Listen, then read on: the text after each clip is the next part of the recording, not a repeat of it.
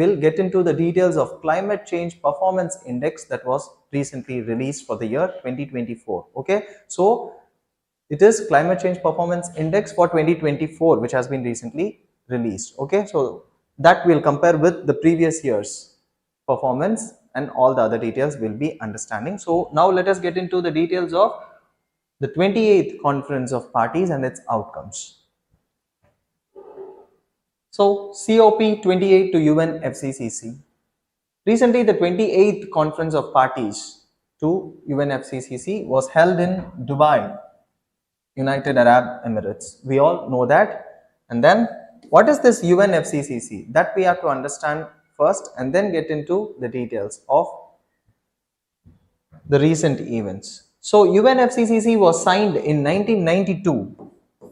And where was it signed? At United Nations Conference on Environment and Development, UNCED. And this UNCED is also called as Earth Summit or Rio Summit, or it is also called as Rio Conference. It is because it happened in Rio de Janeiro. Okay. Next, what is this Conference of Parties? We are saying COP28. Okay, so what is the COP? COP is Conference of Parties, and what is the role of this Conference of Parties under UNFCCC? This we have to understand.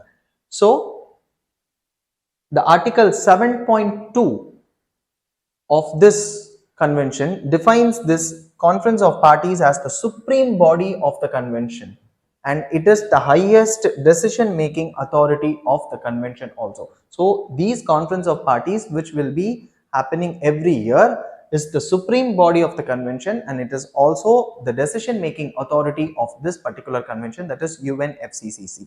Okay, and then the climate change processes revolves around the annual sessions of this Conference of Parties only. Okay, so all the climate change related decisions will be taken during these Conference of Parties. Okay, so this is what we need to understand at the background. Now let us understand the important outcomes of this particular Conference of Parties which held in Dubai. Okay, so the first outcome that we are going to discuss is loss and damage fund. What is this loss and damage fund? This COP 28 member countries, that is those member countries who are the members of the UNFCCC convention. Okay, so these countries reached an agreement to operationalize a fund called as loss and damage fund. Okay, and then what is the aim of this fund? They have created a fund, and what is the aim of this fund? It is to compensate countries with climate change impacts, who are grappling with climate change impacts. Okay, and these countries are actually the most vulnerable ones, the most vulnerable countries to climate change impacts. Okay, so just to compensate these countries, this fund has been created, and then World Bank will be the interim host of this loss and damage fund for next 4 years. Okay, and then the fund is aligning with UNFCCC and Paris Agreement. We all know that Paris Agreement happened in the year 2015. Okay, so this is what we need to understand. What else do we have to know about this loss and damage fund? Here, all developing countries are eligible to apply for this fund. Important. And every country, be it developed or developing country, is invited to contribute voluntarily. Okay, so now they have made it voluntarily. Already they have discussed that it should be made mandatory, but then developed countries said that if it is made mandatory, then it would not be possible for us. Okay, so now it has been made voluntary. So every other country, be it developed or developing country, they can contribute it. They can contribute to it voluntarily, and then all developing countries are eligible to apply for the fund, to access the fund. Okay, and a specific percentage is earmarked for least developed countries and small island developing countries. This is also there. Okay, a specific part of this fund will be earmarked for least developed countries and those small island developing countries. Okay, and then it has been agreed that the fund should have at least $100 billion in the fund by the year 2030. Okay, so this is what we need to understand about this loss and damage fund which was created. Next is global stock take. What is this global stock take? You might have come across this term in current affairs in your news articles. But what is this global stock take? Let us understand. It is a process for the countries to see whether they are collectively making progress towards meeting the global goals of the Paris Agreement. In Paris Agreement, goals were made, and here the countries are going to assess themselves whether they are in the right path towards achieving the goal or not. That process is called as global stock take. Okay, how much they have achieved, this they are going to assess, and that process is called as global stock take. And as per the Paris Agreement of 2015, it was decided that the countries would assess their progress for the first time in the year 2023, this year, and then every 5 years once. Okay, so after this, every 5 years once, global stock take will be done. That is, countries assessing their progress towards achieving the Paris Agreement goal. Okay, and then the fifth iteration of global stock take text was released in this COP28 of UNFCC, and it was adopted without objection. But then there are many other details to it which we'll understand in the upcoming slides. Okay, there are few countries who did not completely agree to the text of global stock take, the fifth iteration text. Okay, let us understand all those details one by one. So the text proposes 8 steps to keep the global temperature rise within the ambit of 1.5 degrees Celsius. This was the goal set by Paris Agreement, which we already know. Okay, so it proposes 8 steps. These 8 steps we must have to understand one by one. Before getting into the details of what those 8 steps are, now let us understand a particular concept called as unabated coal. So in many of the drafts and the text that has been released in the COP28, this particular term unabated coal is repeatedly used. So we must have to understand what this unabated coal is. Okay, and what is this unabated coal power generation? Okay, so unabated coal power generation refers to the use of coal that isn't mitigated with technologies to reduce carbon dioxide emissions. They are using coal, but then they are not using the mitigation technologies to reduce carbon dioxide emission. That type of coal usage is known as unabated coal usage. Okay, so unabated means the power plant has not invested in abating technology like carbon capture, utilization and storage technology. This is one famous technology that is used for carbon capture, utilization and storage. Okay, we'll discuss about this in the upcoming slides. So the purpose of the abatement is to reduce carbon dioxide emissions to defined levels, but to achieve this there must be additional technological investments. Okay, so additional technology investments are necessary to achieve this goal. But in the absence of such measures, in the absence of such investments, then coal power generation should cease. So it is like an agreement. Okay, so this regulatory approach puts the onus on the power plant owners and operators. So it is solely the responsibilities of the power plant owners and the operators to either fit these technologies, that is CCS technology, also called as carbon capture, utilization, storage technology, or they should retire from the power plant. Okay, so these are the two options that is given to them: either use the technology to reduce carbon dioxide emission or cease to be a power plant owner. Okay, so this is what is being done. So that is unabated coal. Okay, where mitigation technologies are not used. Next, there are two important technologies that we must have to discuss with respect to this unabated coal. One is that CCS, which we discussed in the previous slide, and then CDR. What are they? So the draft decisions taken at COP28 have recommended the abatement and removal of carbon emissions using two technologies. One is carbon capture and storage, another is carbon dioxide removal technologies. Both are actually interrelated. but let us understand that distinctly.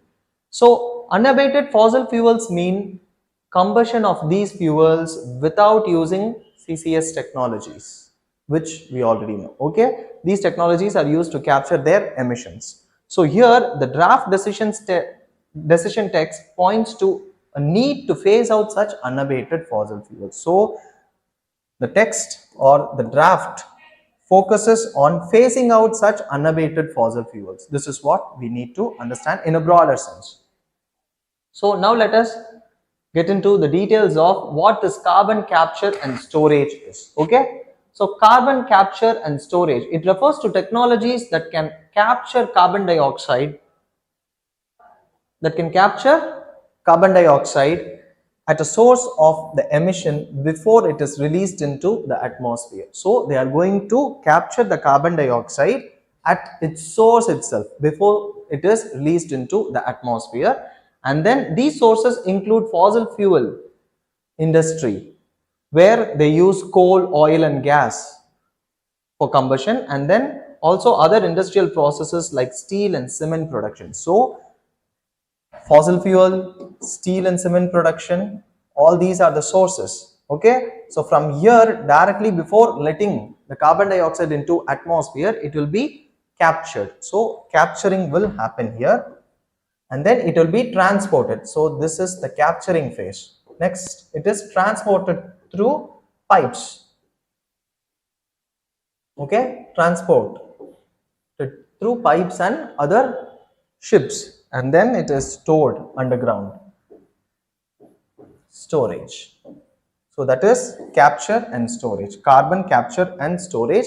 And here yet another process is involved, or yet another step is involved, where they are going to utilize the stored carbon dioxide either from here or from here.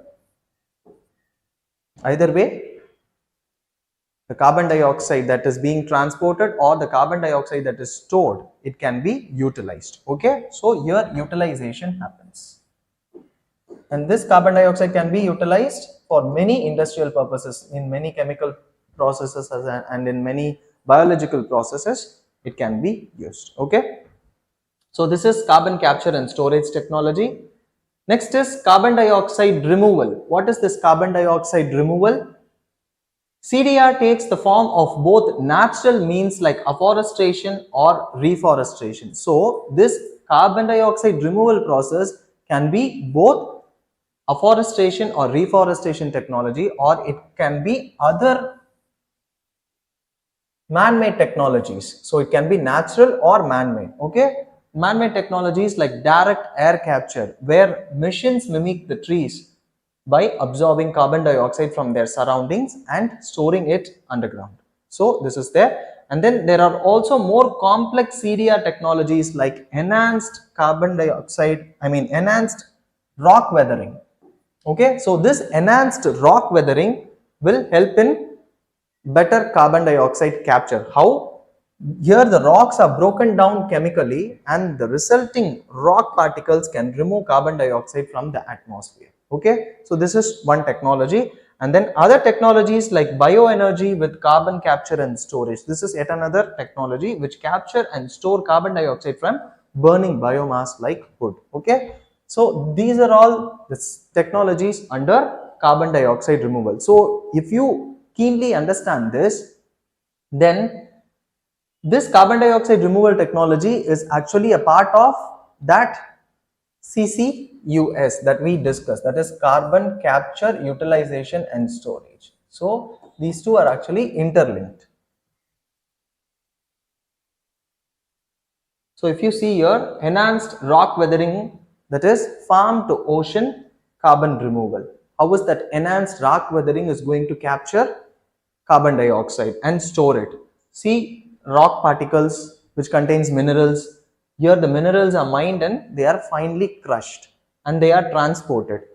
And these minerals in the dust form is sprayed on the fields, in the agricultural fields, and the carbon dioxide is absorbed as the mineral gets weathered. When the mineral is getting decomposed or weathering happens, chemically here it will happen. Okay, so this chemical weathering involves carbon dioxide capture, and that is how carbon dioxide is captured here, and later those minerals are washed into rivers and oceans and thus storing carbon dioxide, and they are stored in the oceans. So this is how it happens. Okay, so here it is captured and it is stored. Again, a CCS technology. Next is bioenergy with carbon capture and storage. This is yet another technology under carbon dioxide removal technologies, right? So here you have trees which actually captures carbon dioxide through the process of photosynthesis. But then when these biomass, that is trees, which is residues or waste, which has become residues or waste, they can be converted into energy, that is bioenergy conversion, and that energy can be utilized for many purposes like industry, power, transportation and heating purposes for buildings. Okay, so this energy part is done here, but again the carbon dioxide is captured, transported and storage. So this is yet another technology, that is bioenergy technology, okay, which involves carbon capture and storage. So this is what we need to understand about the unabated coal and then the technologies involved to capture carbon dioxide. Now let us get into the details of the 8 steps suggested by the Global Stocktake text. Okay, so these 8 steps are under this Global Stocktake text. Okay, so the first one here is tripling renewable energy capacity globally and doubling global average annual rate of energy efficiency improvements by the year 2030. So they are aiming to triple renewable energy and double the average annual rate of energy efficiency improvements. Okay, let us see the specific values for it in the upcoming slides, but here an overview. Okay, then accelerating efforts towards phase down of unabated coal power. So here again see unabated coal power is here. Okay, so we need to phase down unabated coal power and then accelerating efforts globally towards net zero emission energy systems. So we are moving towards net zero energy systems well before or by around mid-century, that is 2050. India has this target for the year 2070. India will become net zero by the year 2070. This is the target, this is the ambition that we have. Okay, and then this will be done by utilizing zero or low carbon fuel. Okay, 3 steps done. What is the 4th step? Accelerating zero and low emission technologies. Okay, so we must have to accelerate using these technologies like renewables, nuclear energy and abatement and removal technologies that we discussed, that is CCS and CDR. Okay, and then it includes carbon capture, utilization and storage, and then low carbon hydrogen production. Okay, and why are we accelerating such low emission technologies? This is to enhance efforts towards substitution of those unabated fossil fuels where technology was not used to control carbon dioxide emission. Okay, next is transitioning away from fossil fuels in energy systems in a just, orderly and equitable manner. This is important. We are going to transition away from fossil fuels, that is our goal, but then it has to be done in a just, orderly and equitable manner. What does it mean? It means that we cannot transition quickly, we cannot transition just like that without any plan. So it has to be just and in an orderly and equitable manner so that every other country is able to adopt this. Okay, so that is what is important, thus accelerating actions in this critical decade. So we have to take many steps in this particular decade, then only we can achieve net zero by 2050. So this is the 5th step that has been suggested. What are the 6, 7 and 8 steps? So accelerating and substantially reducing non-carbon dioxide emissions. Okay, so we are giving utmost importance to carbon dioxide emissions here, but then there are many other potential greenhouse gases which are causing climate change and global warming. So we are not giving importance to other greenhouse gases. So here particularly methane emission has to be reduced. That is what the focus here. Okay, so methane emissions has to be reduced globally by the year 2030. Okay, next, accelerating emission reductions from road transportation. Okay, how? Through a range of steps like including development of infrastructure and rapid deployment of zero and low emission vehicles. Okay, here you can integrate the steps that India has taken, like BS4 we have, sorry, BS6. Okay, Bharat Stage 6, this you can integrate here. Okay, next, phasing out inefficient fossil fuel subsidies. That is also important, which will encourage wasteful consumption and do not address energy poverty. So if we are going to enhance this fossil fuel subsidies which are inefficient, then it will lead to wasteful consumption and it will not address energy poverty or just transition. So this has to be done as soon as possible. That is phasing out the inefficient fossil fuel subsidy. It has to be done as soon as possible. So these are the 8 steps suggested by the Global Stocktake text. What else do we have to understand about this text? The 5th iteration of the text, which was adopted in COP28, it actually maintains continuity with the COP26, which happened in Glasgow in the year 2021. Okay, and it balances global aspiration for countries like India with diverse energy needs. That is because India argues that it needs to continue using coal to meet its developmental needs. Okay, so we cannot transition from fossil fuels to other cleaner sources in a faster manner. We need time to transition. Okay, so India said that we will be continuing to use this coal to meet its developmental needs, and then it also emphasized the importance of adhering to the nationally determined contributions, which comes under the Paris Agreement. Okay, so India has many nationally determined contributions that we have to improve our renewable energy sector and other things. Okay, so we are giving utmost importance to it, but then we will need time. We will be using coal until we reach that time. Okay, so that is what India has said, and this 5th iteration of this global stocktake is actually in line with this. It is supporting this. Okay. Next, nearly 200 countries agreed to the transition away from fossil fuel in energy systems in this COP28. So they have accepted this, and then this is important. Developing and poor countries are expressing dissatisfaction with the latest draft of Global Stocktake at COP28, calling for significant changes. So what are all the concerns of these developing and poor countries? Let us understand that in the next slide. That is to do with the methane emission. Okay, so we already saw that one of the steps is to control or reduce non-CO2 emission. Their non-CO2 emission that they are mentioning is particular focus is given to methane emissions. Okay, but then they have not set any particular target for it. That is because of this concern. Let us understand that. So several countries including India are extremely opposed to any mandate to cut methane emissions. Okay, so there should not be any mandatory targets to cut methane emission. That is because methane is one of the major sources happens to be, the major source of methane happens to be agriculture and livestock.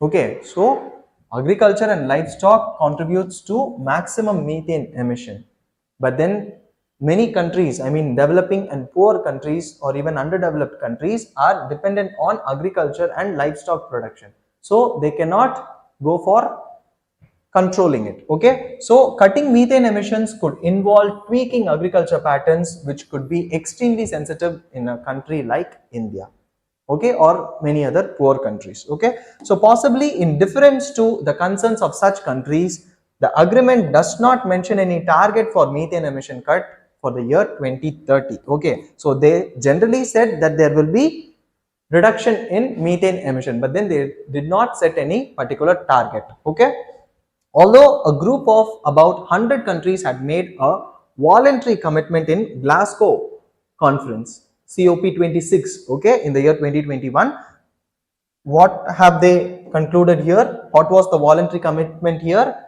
To reduce their methane emission by 30% by the year 2030.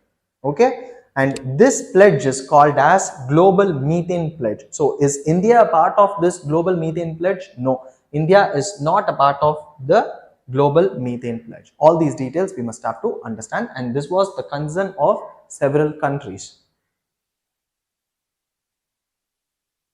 The next thing that we are going to see is, now we have come to the end of the global stock take text that we were discussing. The next thing that happened in COP28 was Global Renewables and Energy Efficiency Pledge. This was actually one of the steps under the global stock take, but then it is given separately. So the pledge stipulates that signatory commitment, the member countries commit to work together to triple the world's installed renewable energy generation capacity to at least 11,000 gigawatt by 2030, and to collectively double the global average annual rate of energy efficiency improvements from 2% to over 4% every year until 2030.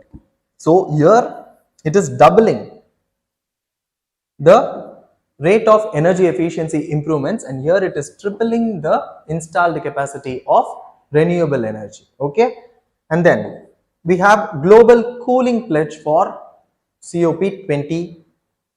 What is this global cooling pledge? It includes 66 national government signatories who are committed to working towards reducing cooling related emissions. Okay, so this cooling sector contributes to a lot of energy consumption. Okay, so it has to be controlled. So to reduce cooling sector related emissions across all sectors by at least 68% globally, and it is relative to 2020 levels by the year 2050. So the target is to reduce it by 68% by the year 2050, and then the base year is 2022 levels here. Okay, so this is what we need to understand. What else, what other outcomes were there from COP28? Declaration to triple nuclear energy. We there in one of the steps saw that we must have to improve technologies like renewables, nuclear energy and carbon capture technologies, but then there is a particular declaration to triple nuclear energy here. It is a separate declaration. So the declaration aims to triple global nuclear energy capacity by the year 2050, and it was endorsed by 22 national governments, and the declaration calls for support from shareholders of international financial institutions. So international financial institutions support is sought here. Okay. Next, Powering Past Coal Alliance. This is yet another alliance or grouping. What is it about? So this PPCA is a coalition of national and subnational governments and also businesses and organizations who are working together to advance the transition from unabated coal power generation to clean energy, which we know. Okay, and then this PPCA at COP28, it is a coalition which is already existing even before COP28, and in this COP28 this coalition welcomed new national and subnational governments and called for cleaner energy alternatives. So this was done in Conference of Parties 28. What were the other outcomes? Climate finance. This was discussed. Okay, so what about climate finance? The United Nations Conference on Trade and Development. It is at another conference, and in this conference they have estimated that the wealthy nations owe developing countries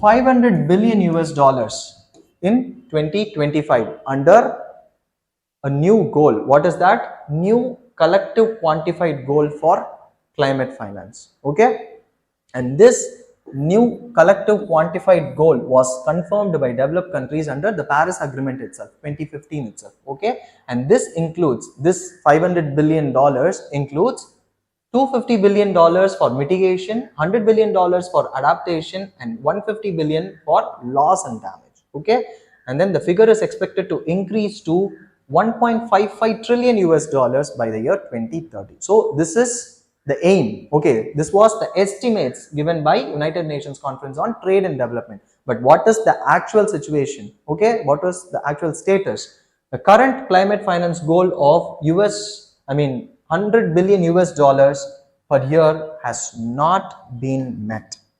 Okay, and developing countries are facing debt stress. So this current goal has not been met. And experts call for reform of global financial architecture to address structural issues and promote sustainable development. Okay, so this is about the global finance. Next, we have global goal on adaptation. Yet another adaptation related goal. What is it? The draft text on global goal on adaptation was introduced in COP 28, and then it was established under the Paris Agreement to enhance climate change adaptation by increasing awareness of and also increasing the fund towards the country's adaptation needs in the context of 1.5 or 2 degrees Celsius goal of Paris Agreement. So this global goal on adaptation is directly related to the Paris Agreement, and then the draft text which was drafted in the COP 28 addresses critical issues, 3 critical issues. What are they? One is climate induced water scarcity reduction. Next is climate resilient food and agriculture production. Another is strengthening resilience against climate related health impacts. So here they are focusing on climate related resilience. Okay, that is what is adaptation, right? We are getting adapted to the climate change situations. Okay, so that is what adaptation is. That is global goal on adaptation. Next, coal transition accelerator. This was yet another outcome of COP 28. So here the France, in collaboration with various countries and organizations, introduced global coal transition accelerator. What is it? Its objective is to include knowledge sharing, policy design, and financial support to facilitate just transition from coal to clean energy. And then the initiative aims to leverage best practices and lessons learned for effective coal transition. So here their best practices and their lesson learned for coal transition policies will be shared between the countries. Okay, so it was initiated by France. This is important. Next is Coalition for High Ambition Multi-Level Partnership. What is this CHAMP? Okay, Coalition for High Ambition Multi-Level Partnership for Climate Action. It is here a total of 65 national governments signed this CHAMP commitment. Okay, why? To enhance their cooperation with subnational governments. That is why it is called as multi-level partnership. So here the national governments are going to collaborate with the subnational governments, where in planning, financing, implementation, and monitoring of climate strategies. Okay, so this was an outcome of COP 28. Next, we have certain initiatives by India. India has taken 2 initiatives in COP 28. Let us understand that. Global River Cities Alliance. This was initiated by India. So it was led by National Mission for Clean Ganga under Ministry of Jal Shakti, Government of India, and this alliance is a unique alliance covering 275 plus global river cities in 11 countries. What are all the 11 countries involved here? It is Egypt, Netherlands, Denmark, Ghana, Australia, Bhutan, Cambodia, Japan, and there are river cities in the country. I mean in Netherlands, in Hague, Netherlands, Adelaide from Australia, and Zolnok of Hungary. Oh, okay. So these are all the 11 countries which is forming this alliance, which is led by India, that is Global River Cities Alliance. And then this alliance highlight India's role in sustainable river-centric development and climate resilience. And this alliance platform will facilitate knowledge exchange, river city twinning, and dissemination of best practices. Okay. Next, another initiative by India, that is Green Credit Initiative. Okay, it was done to create, this initiative is to create participatory global platform for exchange of innovative environmental program and instruments. Okay, Here, two main priorities of this initiative are water conservation and afforestation. So, for water conservation and afforestation, green credit will be given. That is what the initiative is.